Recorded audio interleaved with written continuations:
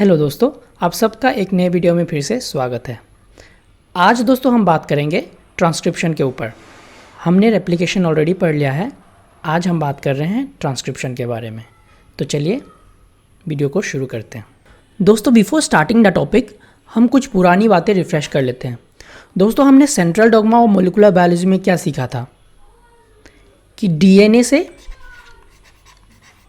RNA बनता है और आरएनए से प्रोटीन बनता है। ठीक है,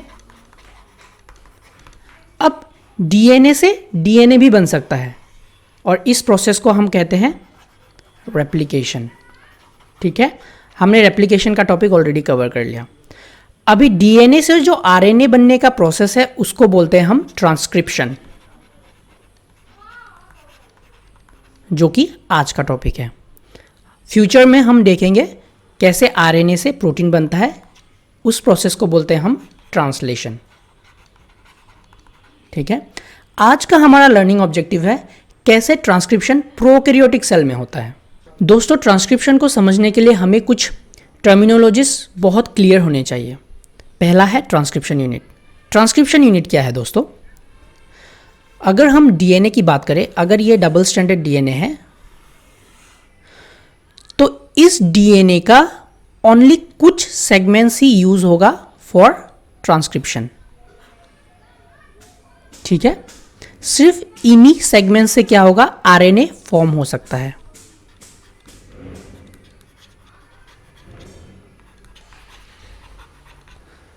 तो इनको कहते हैं हम ट्रांसक्रिप्शन यूनिट। ठीक है, अगर हम इसको कंपेयर करें डीएनए रेप्लिकेशन के साथ, रेप्लिकेशन में हमने क्या देखा था, डीएनए का पूरा सेगमेंट जो है वो यूज हुआ था और एक नया डीएनए बना था। पर इन केस ऑफ ट्रांसक्रिप्शन पूरा का पूरा डीएनए यूज नहीं होता, डीएनए का सिर्फ कुछ ही सेगमेंट्स यूज होते हैं और उन सेगमेंट्स को हम जीन भी कहते हैं।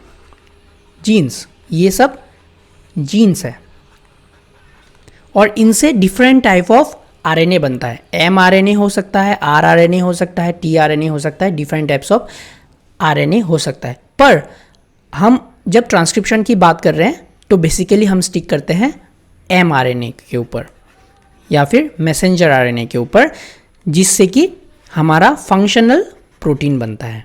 ठीक है, अभी ट्रांसक्रिप्शन यूनिट में हमें दो चीज़ समझना जरूरी है, एक है मोनोसिस्ट्रोनिक और दूसरा है पॉलीसिस्ट्रोनिक। मोनोसिस्ट्रोनिक वो है जिस ट्रांसक्रिप्शन यूनिट में सिर्फ सिंगल जीन का इंफॉर्मेशन ट्रांसक्राइब होता है। ठीक है, ये होता है यूकैरियोटिक डीएनए में।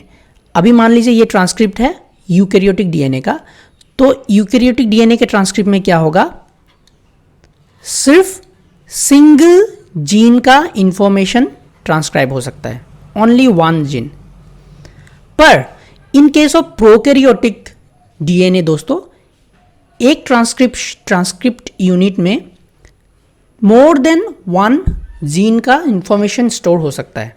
मतलब अगर हम पॉलीसिस्ट्रोनिक की बात करें तो एक ही ट्रांसक्रिप्ट में आपका different types of structural gene transcribe हो सकता है, 1 2 3, एक ही साथ 3 जीन का ट्रांसक्रिप्ट आ सकता है और उसको बोलते हैं पॉलीसिस्ट्रोनिक। तो मोनोसिस्ट्रोनिक हमें मिलता है यूकैरियोटिक डीएनए में and polycistronic is in prokaryotic DNA. Fine.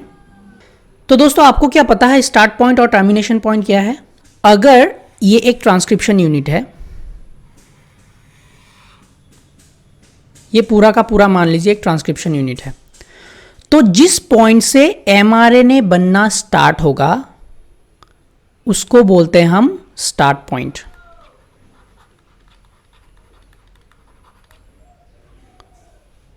और जिस पॉइंट में वो एंड होगा, सिंपल है, वो होगा टर्मिनेशन पॉइंट।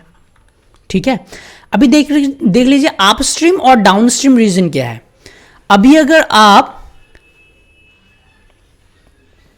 ये स्टार्ट पॉइंट से prior to the start point बात करें, मतलब स्टार्ट पॉइंट से पहले वाले जो भी सीक्वेंसेस है उसको हम बोलते हैं अपस्ट्रीम सीक्वेंसेस, और स्टार्ट पॉइंट के बाद के जो रीजन्स मिलेंगे उसको बोलते हैं हम डाउनस्ट्रीम रीजन। ये अपस्ट्रीम और डाउनस्ट्रीम रीजन समझना बहुत ज़रूरी है, क्योंकि आने वाले वीडियो में हम देखेंगे, जब हम बात करेंगे लैक ऑपेरॉन और जीन रेगुलेशन के बारे में, तब आपको समझ में आएगा कि why this upstream and downstream regions are so important. ठीक है, तो फिलहाल के लिए हम जानते हैं कि अपस्ट्रीम रीजन किसको बोलते हैं, डाउनस्ट्रीम रीजन क्या बोलते हैं। दोस्तों नेक्स्ट हमें समझना है कोडिंग और टेम्पलेट स्ट्रैंड के बीच का डिफरेंस। इस फिगर को अगर ध्यान से देखो तो ये डबल स्ट्रैंड डीएनए है। तो जो टेम्पलेट स्ट्रैंड है दोस्तों, जो 3 प्राइम टू 5 प्राइम रन हो रहा है, it is the template strand, because जो आरएनए फॉर्म होगा वो हमेशा 5 प्राइम टू 3 प्राइम होगा।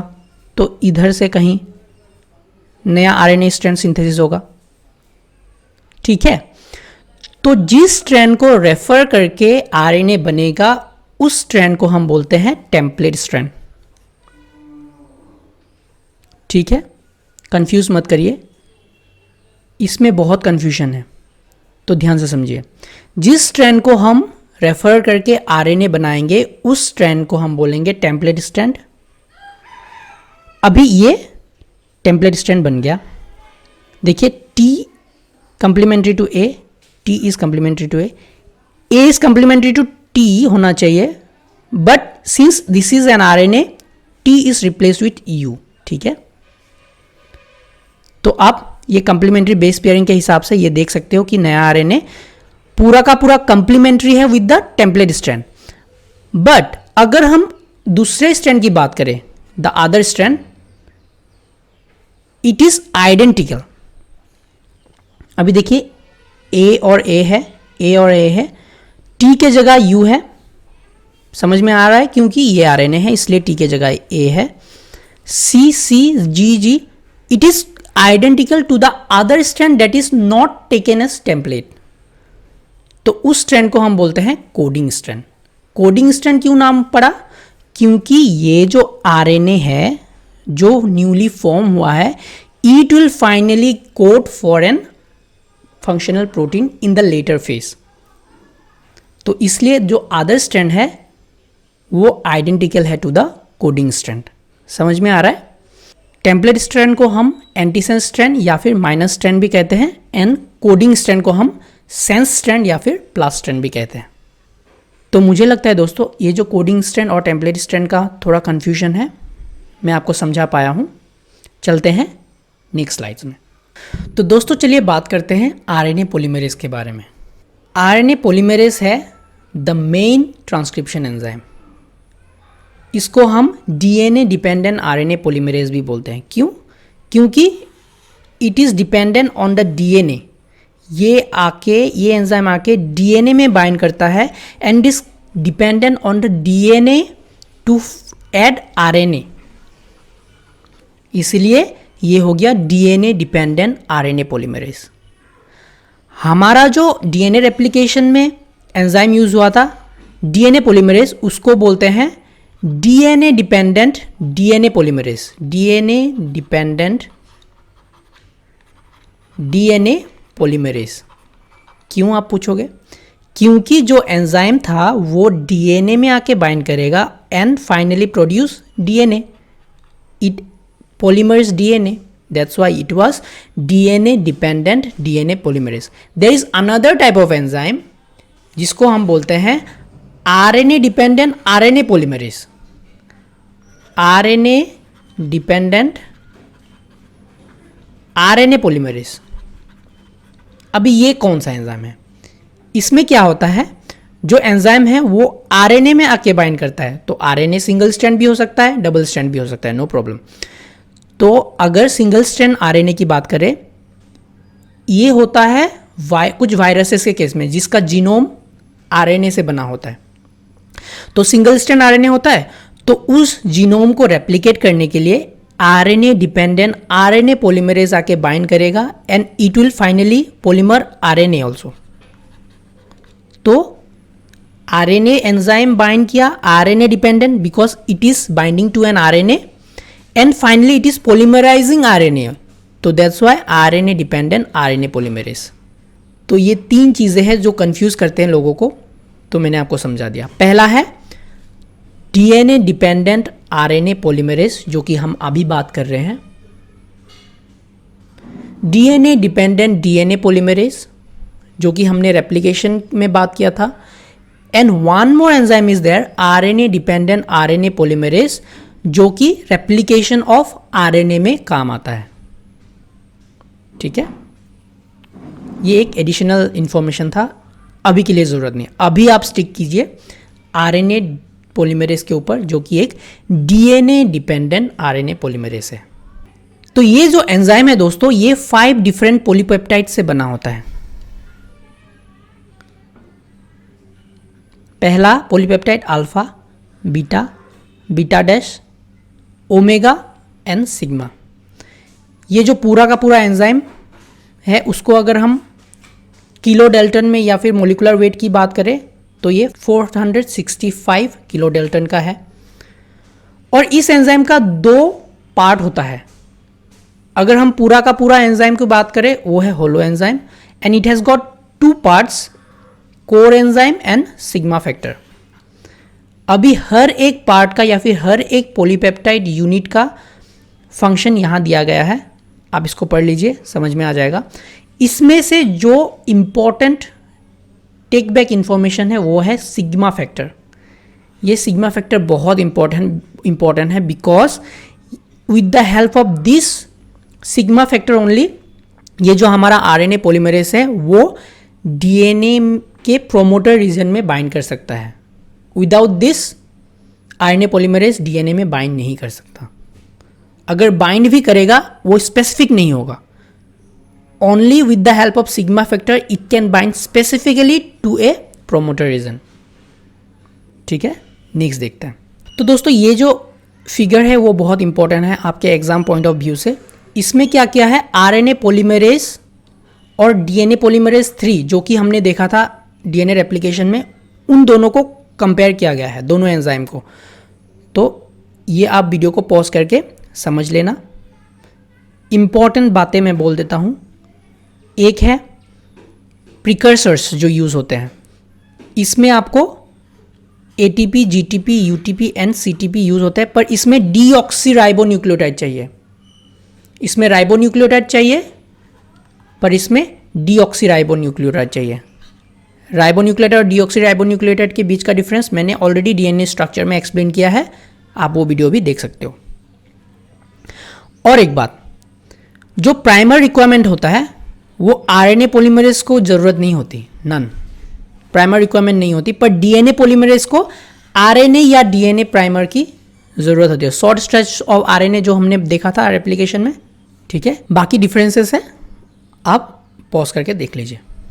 तो दोस्तों बात करते हैं प्रोमोटर रीजन के बारे में। Why promoter is important? Because RNA polymerase can bind only to the promoter region and initiate RNA synthesis. ठीक है, सो प्रोमोटर क्या है दोस्तों? Promoter is a cis acting element. What is cis acting element बताते हैं। अगर ये DNA है, then the element is present within the same DNA and it can affect the same DNA और just same sequence. Okay, अगर हम trans acting element की बात करें तो ट्रांस एक्टिंग का मतलब है जो सीक्वेंस है it is present in some other DNA और some other segment of the genome. ठीक है, और it can affect the DNA that is of our concern.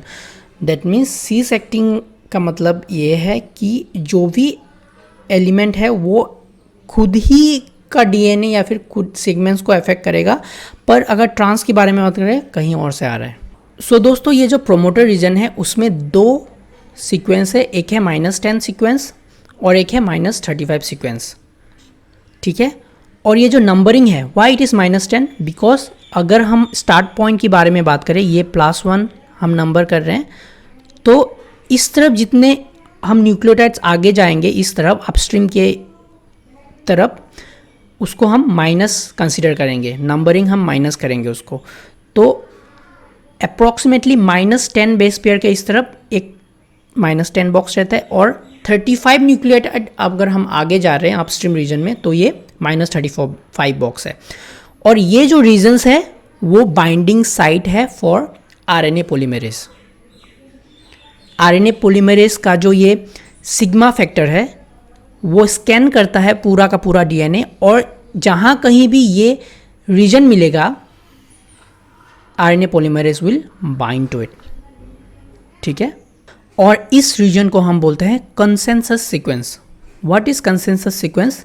Consensus का मतलब है जो हमने जब दूसरे प्रोमोटर सीक्वेंस को कंपेयर किया, अगर आप देखो हमने promoter sequence from different transcription unit हमने यहाँ कंपेयर किया है, तो हमने पाया कि -35 रीजन में देखिए इसमें T मिला कॉमनली फाउंड बेस, इसमें भी T है, इसमें क्या है commonly found base is G, तो कंसेंसस सीक्वेंस में हमने G कंसिडर किया इसको। इसमें देखिए कॉमनली क्या पाया गया है A, इसमें देखिए C पाया गया है और इसमें A पाया गया है। तो इस तरह कंसेंसस सीक्वेंस बनाया गया है। मतलब कि -35 में जो बेसिस पाया जाता है कॉमनली उसको हम बोलते हैं कंसेंसस सीक्वेंस। -10 रीजन में जो कंसेंसस सीक्वेंस है वो है TATAAT, और -35 सीक्वेंस में जो बेस मिलता है वो है TTGACA। ठीक है, तो इसी को कंसिडर करके जब आरएनए पॉलीमरेज पूरा का पूरा डीएनए स्कैन करता है, जहाँ कहीं भी ये -10 और -35 बेसिस फाउंड होगा वहीं ये बाइंड होगा, आरएनए पॉलीमरेज बाइंड होगा and it can initiate the transcription process. ठीक है, दिस वाज अबाउट प्रोमोटर। चलते हैं नेक्स्ट स्लाइड में। तो दोस्तों now we are ready to see the process of transcription in detail. So transcription can also be divided into 3 different steps: initiation, elongation and termination. तो initiation की अगर बात करें हम, initiation is a de novo process. de novo का मतलब क्या है? खुद ये प्रोसेस स्टार्ट हो सकता है। जैसे कि हमने डीएनए पॉलीमरेज में देखा था, आरएनए प्राइमर होना ज़रूरी है तभी डीएनए पॉलीमरेज सिंथेसिस कर सकता है। बट अगर हम ट्रांसक्रिप्शन की बात करें तो it doesn't require any primer, ये खुद स्टार्ट हो सकता है and it is a de novo process. ठीक है, and RNA polymerase binds to the promoter and synthesize RNA in 5' to 3' direction. तो दोस्तों अगर हम बात करें इलोंगेशन प्रोसेस की, तो इलोंगेशन प्रोसेस में क्या होता है, राइबो न्यूक्लियोटाइड एडिशन होता है। याद रखिए मैंने राइबो न्यूक्लियोटाइड बोला है।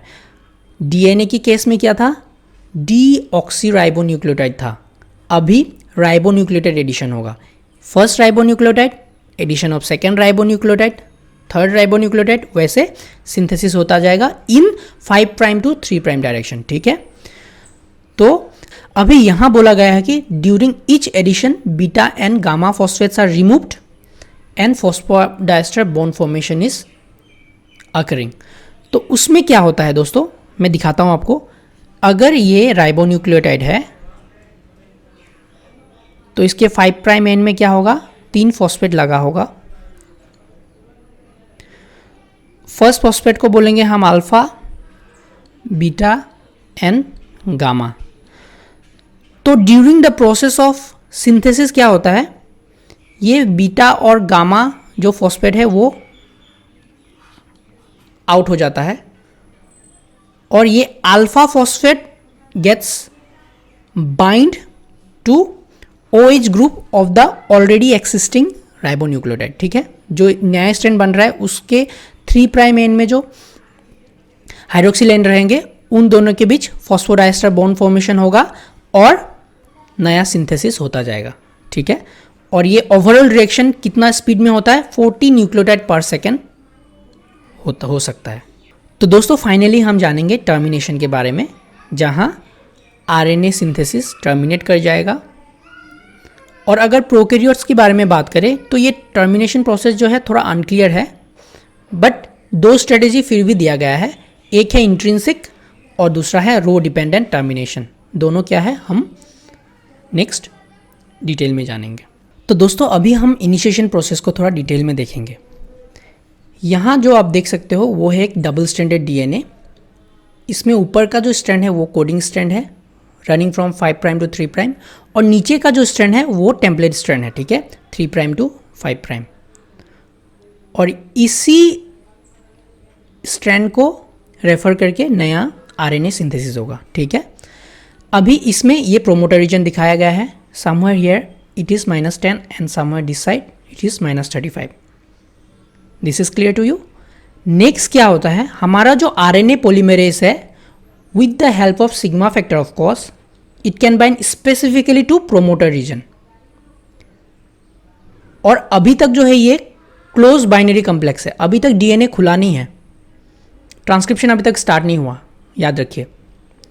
अभी क्या होता है नेक्स्ट में, एक ओपन बाइनरी कम्प्लेक्स फॉर्म हुआ. बाइनरी कम्प्लेक्स का मतलब है it has got DNA plus enzyme, so it is open binary complex.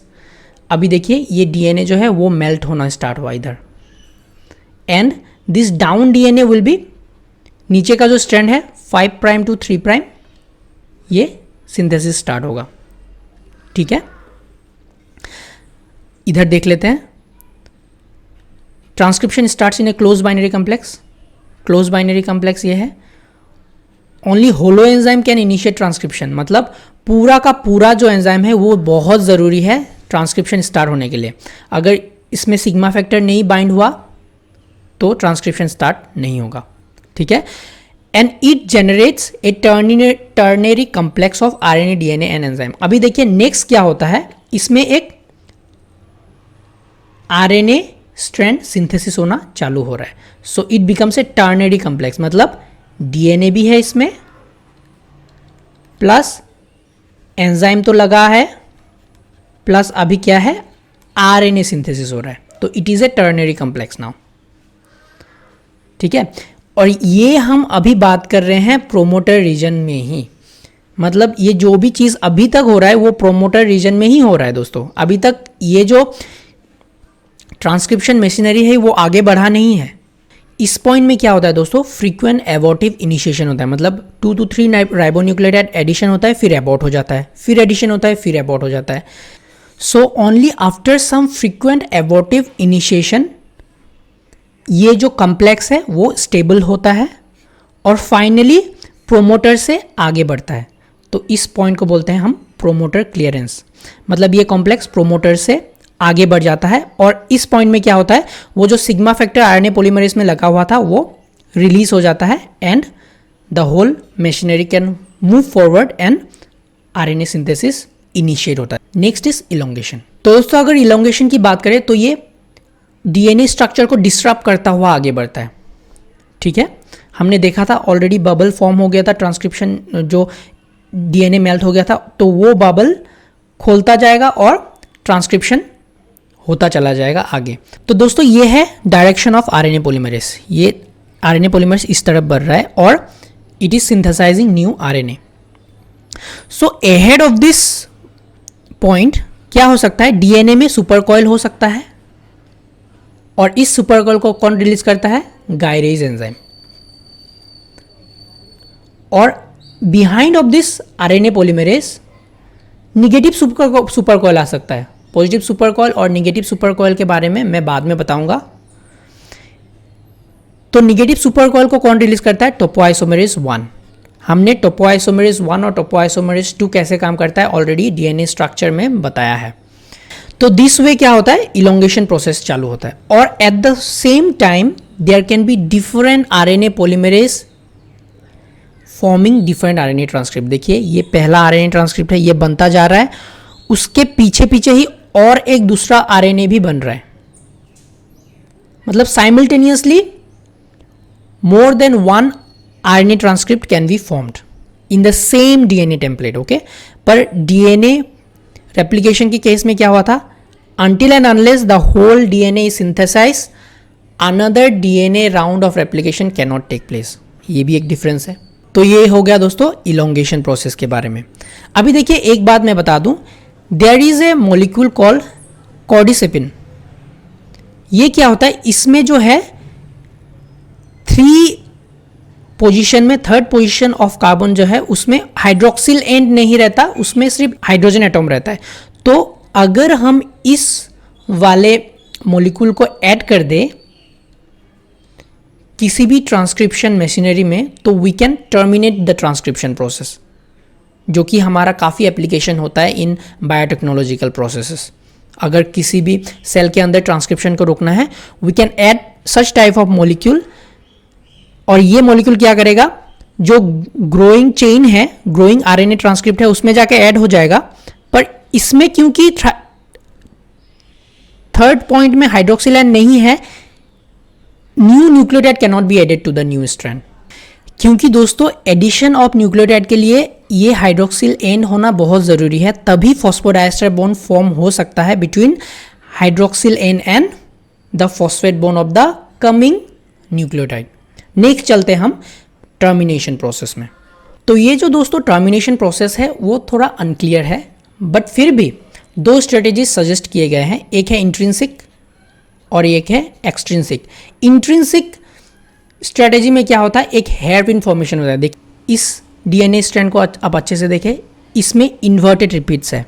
Inverted repeats का मतलब क्या है, इस तरफ अगर देखिए आप सी सी टी सी जी जी, तो इसमें सिमिलर रिपीट्स है। तो ये अगर डीएनए फोल्ड हो गया विद इन इटसेल्फ, तो it can form a hairpin like structure. ठीक है, इसमें देखिए अगर G can bind with C, the other G can bind with this C, इसको आप फोल्ड कर दीजिए ऐसे तो आपको समझ में आएगा। C can bind with T C C, C G. तो अगर अभी इस सीक्वेंस से, इस न्यूक्लियोटाइड स्ट्रेच से एक आरएनए फॉर्मेशन होगा, तो वो भी सिमिलर टाइप का सीक्वेंस, बिकॉज कंप्लीमेंट्री है, कंप्लीमेंट्री सीक्वेंस फॉर्म करेगा। तो ये जो नया आरएनए बनेगा वो भी क्या होगा, it can fold with in itself. ये फोल्ड हो जाता है नया जो आरएनए है, और ये फोल्डिंग जो है एक हेयर पिन की तरह दिखता है, तो इसलिए बोलते हैं हेयर पिन फॉर्मेशन। तो ये नया जो आरएनए बनेगा वो एक हेयर पिन फॉर्म करेगा, और ये हेयर पिन स्ट्रक्चर जो है वो डीएनए आरएनए हाइब्रिड को डिस्टेबलाइज कर देता है, and RNA polymerase can not move further. As soon as RNA polymerase cannot move further, it will fall off, और जो RNA सीक्वेंस नया सिंथेसिस हो गया वो टर्मिनेट हो जाएगा। So this is the way how termination is occurring with the help of hairpin formation. ठीक है, एक्सट्रिंसिक में क्या होता है, एक रो प्रोटीन करके है, वो प्रोटीन आके बाइंड करेगा आरएनए और डीएनए हाइब्रिड में। पहले तो रो प्रोटीन आके आरएनए में बाइंड करेगा, ठीक है, और it will scan along the RNA, and finally when it will meet the RNA DNA hybrid, वो आरएनए डीएनए हाइब्रिड के स्ट्रक्चर को डिस्टर्ब कर देगा, और जो नया आरएनए है वो फॉलो अप हो जाता है from the DNA, and this way the termination occurs final. ठीक है, सो दिस वाज टर्मिनेशन। तो दोस्तों आज का वीडियो बस इतना तक ही था। आई होप कि आपको ये वीडियो अच्छा लगा होगा, इन्फॉर्मेटिव लगा होगा। अगर आपको ये वीडियो अच्छा लगा तो प्लीज़ लाइक करिएगा, दोस्तों में शेयर कीजिएगा, और अगर आप इस चैनल में नए हो तो प्लीज़ सब्सक्राइब द चैनल। तो आज के लिए बस इतना ही। Thank you so much for watching the video. Keep reading and keep learning. Thank you so much.